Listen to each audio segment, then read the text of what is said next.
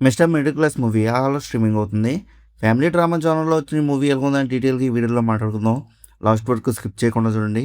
ఇంకా ఆ మూవీలో స్టోరీ లైన్ గురించి సింపుల్‌గా చెప్పాలంటే, ఒక మిడిల్ క్లాస్ మనిషి లైఫ్‌లో తన డ్రీమ్స్, రిలేషన్‌షిప్స్, ఫ్యామిలీ రెస్పాన్సిబిలిటీస్ మధ్య వచ్చే అన్‌ఎక్స్‌పెక్టెడ్ ప్రాబ్లమ్స్ ఎలా తన లైఫ్‌ని చేంజ్ చేస్తాయి, పర్సివరెన్స్ అండ్ సెల్ఫ్ వర్త్ గురించి తెలుసుకునే జర్నీయే ఈ మూవీలో మెయిన్ స్టోరీ. ఇంకా మూవీ స్టార్టింగ్‌లో క్యారెక్టర్స్ ఇంట్రొడ్యూస్ చేసే విధానం కొంచెం డిఫరెంట్‌గా అనిపిస్తుంది. ఏదో మూవీ మధ్యలో నుంచి స్టార్ట్ చేసినట్టు సడన్‌గా క్యారెక్టర్స్‌లోకి తీసుకువెళ్ళిపోతారు. దానివల్ల స్టార్టింగ్‌లో క్యారెక్టర్స్‌తో ఇమ్మీడియేట్‌గా కనెక్ట్ అయ్యే విధానం కొంచెం కష్టంగా అనిపిస్తుంది. కానీ మూవీ ముందుకు వెళ్తున్న కొద్దీ ప్రతి క్యారెక్టర్ ఇంట్రెస్టింగ్‌గా మారుతూ ఉంటుంది. మనం కూడా వాళ్ళతో గ్రాడ్యువల్‌గా కనెక్ట్ అయిపోతాం. ఎస్పెషల్లీ ఫ్యామిలీ ఎమోషన్స్ అండ్ రిలేషన్‌షిప్స్‌ని సింపుల్‌గా ఎస్టాబ్లిష్ చేశారు. కామెడీ కూడా మూవీలో సిట్యుయేషన్‌కి తగ్గట్టుగా బాగా వర్కౌట్ అయింది. ఎక్కడ ఓవర్ చేయకుండా స్టేబుల్‌గా నవ్విస్తుంది. పంచ్ డైలాగ్స్ కూడా కొంచెం సటిరికల్ టచ్‌తో బాగుంటాయి. రాజేంద్ర ప్రసాద్ గారు ఎంట్రీ ఇచ్చిన దగ్గర నుంచి మూవీ ఇంకా ఇంట్రెస్టింగ్‌గా మారుతుంది. ఫస్ట్ హాఫ్ మొత్తం ఎక్కడ బోర్ ఫీల్ రాకుండా ఎంటర్‌టైనింగ్‌గా వెళ్ళిపోతూ ఉంటుంది. పెద్ద హై మూమెంట్స్ లేకపోయినా సరదాగా మూవీని క్యారీ చేశారు.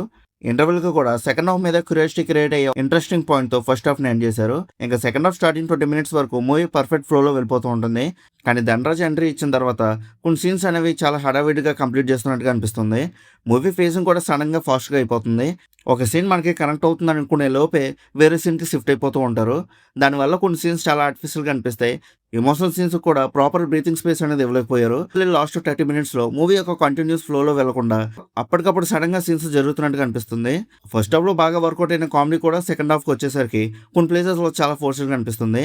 ధనరాజ్ ఎంట్రీ టైంలో శ్రీకాంత్ గారితో వచ్చిన కామెడీ సీన్ మాత్రం బాగా వర్కౌట్ అయింది. కానీ దాని తర్వాత వచ్చిన కామెడీ సీన్స్ అనేవి అంత సేమ్ లెవెల్‌లో వర్కౌట్ అవ్వలేకపోయింది. ఇంకా క్లైమాక్స్‌ని కామెడీ టచ్‌తో ఎండ్ చేద్దామని ట్రై చేశారు కానీ అంత స్ట్రాంగ్ ఇంపాక్ట్ అనేది క్రియేట్ చేయలేకపోయారు. అయితే మూవీ ఎండింగ్‌లో ఇచ్చిన మెసేజ్ మాత్రం బాగుంది. ఒక మనిషికి ఆశ ఉండొచ్చు కానీ అత్యాశ ఉండకూడదని. మనకి ఏం ఎప్పుడు రావాలో అప్పుడే వస్తుంది అనే పాయింట్‌ని చెప్పారు. మెసేజ్ రొటీన్‌గా అనిపించినా దాన్ని ప్రెజెంట్ చేసిన విధానం మాత్రం బాగుంటుంది. ఇంకా పెర్ఫార్మెన్సెస్ విషయానికొస్తే ఆల్మోస్ట్ అందరూ న్యాచురల్‌గా పెర్ఫార్మ్ చేశారు. ధనరాజ్ గారు యముడు క్యారెక్టర్‌లో అండ్ రాజేంద్ర ప్రసాద్ గారు వెంకటేశ్వర స్వామి క్యారెక్టర్‌లో చాలా బాగా సెట్ అయ్యారు. ఇంకా టెక్నికల్ డిపార్ట్మెంట్ విషయానికొస్తే సినిమాటోగ్రఫీ డీసెంట్‌గా ఉంది. ఎడిటింగ్ ఓవరాల్‌గా గ్రిప్పింగ్‌గానే ఉంది కానీ సెకండ్ హాఫ్‌లో ఇంకొంచెం 10 మినిట్స్ లెంత్ పెంచి సీన్స్‌కి ప్రాపర్ స్పేస్ ఇచ్చి ఉంటే బెటర్‌గా ఉండేది. బీజీఎం మాత్రం మూవీకి one of the plus point అని చెప్పొచ్చు. బ్యాక్‌గ్రౌండ్ స్కోర్ ఒకటే అయినా ఇంపార్టెంట్ సీన్స్‌ని బాగా ఎలివేట్ చేసింది. ఇంకా ఓవరాల్‌గా ఈ మూవీ ఎలా ఉందని అడిగితే యావరేజ్‌గా అనిపించింది. పర్లేదు ఒకసారి ట్రై చేయొచ్చు. కొన్ని ప్లేసెస్‌లో రెగ్యులర్ ఓల్డ్ స్టైల్ మూవీ టెంప్లెట్‌లా అనిపిస్తుంది.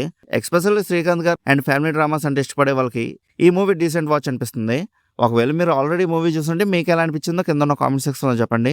అలానే ఇలాంటి మూవీ రివ్యూస్ కోసం మన సినీ మ్యాప్ ఛానల్‌ని సబ్స్క్రైబ్ చేసుకొని బెల్ ఐకాన్ కూడా ఆన్ చేసి పెట్టుకోండి. మా వీడియోస్‌ని మీరు మిస్ అవ్వకుండా చూడగలుగుతూ ఉంటారు.